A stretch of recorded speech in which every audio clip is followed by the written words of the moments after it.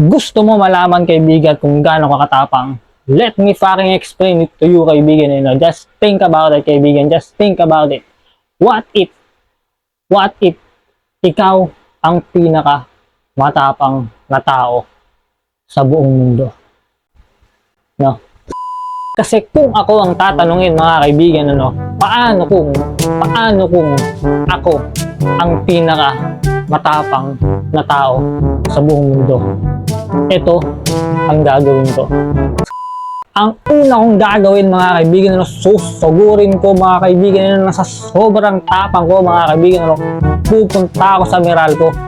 At pag nandun na ako mga kaibigan, sila naman ang puputulan ko ng kuryente. Ganon ako katapang mga kaibigan, at dami na rin natin yung PLDT dahil madalas walang wifi yung mga yan. Puputulin ko na rin yun. Nagbabayad naman kami ng maayos buwan-buwan bakit madalas walang internet? Ha? PLDT ano na? Isa ka pa Meralco ano na? At dahil ako ang pinakamatapang na tao mga kaibigan sa buong mundo, kasi gangster ako, at sa sobrang tapang ko mga kaibigan, hindi ako natatakot umorder mag-isa sa Jollibee. May mga kaibigan din ba kayong ganito kaibigan na takot na takot umorder sa Jollibee o sa kahit anong fast food? Anong dahilan nun? Bakit takot na takot kayo? Hindi ko maintindihan. Comment nyo kasi sa comment section nang malaman ko kung bakit.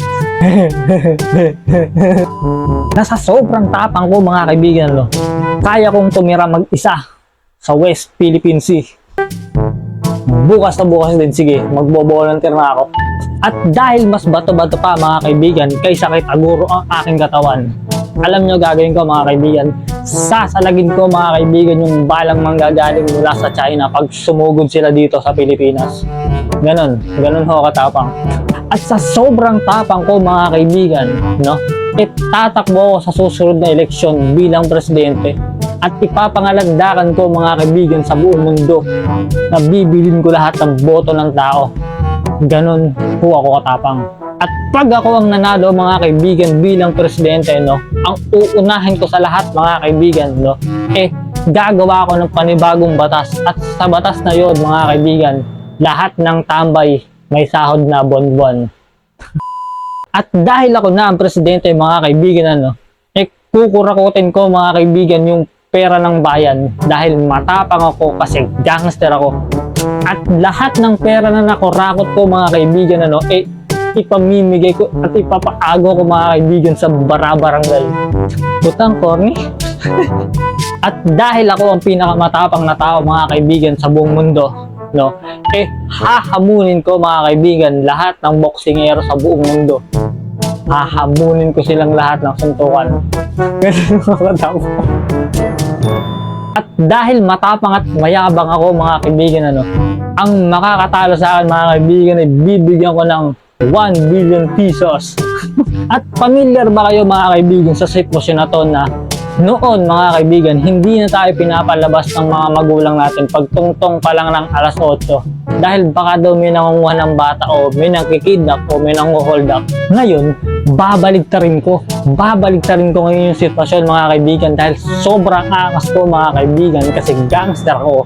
Pagdating ng alas 8 o pagtungtong ng alas 8 mga kaibigan, lalabas ako ng bahay at maggagagala ako at maghahanap ako mga kaibigan ng mga hold-upper.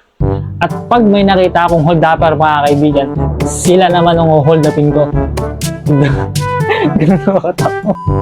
At yung mga akyat bahay mga kaibigan, babaligtarin ko din ang sitwasyon doon dahil yung mga akyat bahay na yun mga kaibigan, yung bahay naman nila ang makakyatin ko.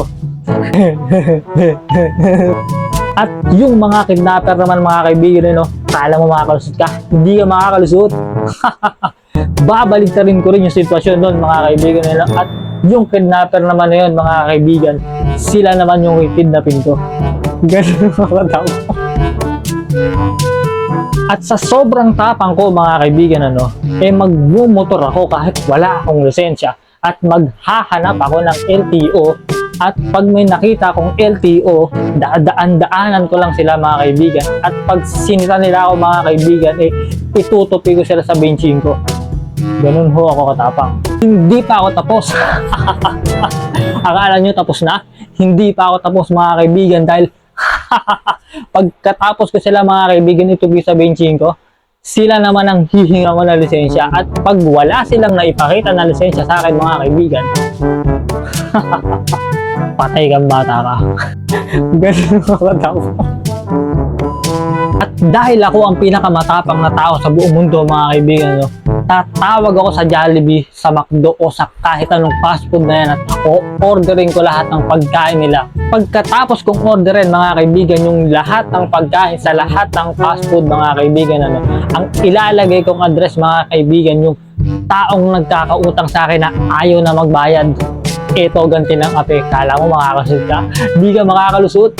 At dahil ako ang pinakamatapang na tao sa buong mundo mga kaibigan, alam nyo ba yung commercial na pag sinunto ka daw ni Pacman para kang binaril ng shotgun?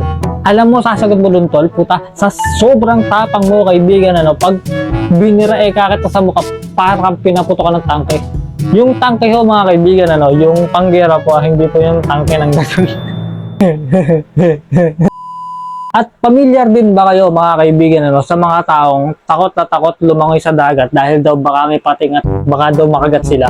Worry not kaibigan, ano, dahil sa sobrang tapang ko mga kaibigan at sa sobrang angas ko kasi gangster ako mga kaibigan, no, babaligtarin ko na ngayon yung sitwasyon mga kaibigan at pupunta ako sa dagat at maghahanap ako ng pating.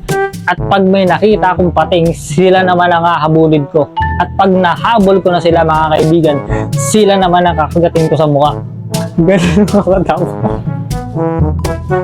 At sa sobrang tapang ko mga kaibigan, no, pupunta ako sa China at pupuntahan ko mga kaibigan lahat ng bundok doon at maghahanap ako ng Kung Fu Master na kalbo mga kaibigan. At bago ko pektusan yung ulo nila mga kaibigan, aalokin ko muna sila ng boxing. Ganun mo katap.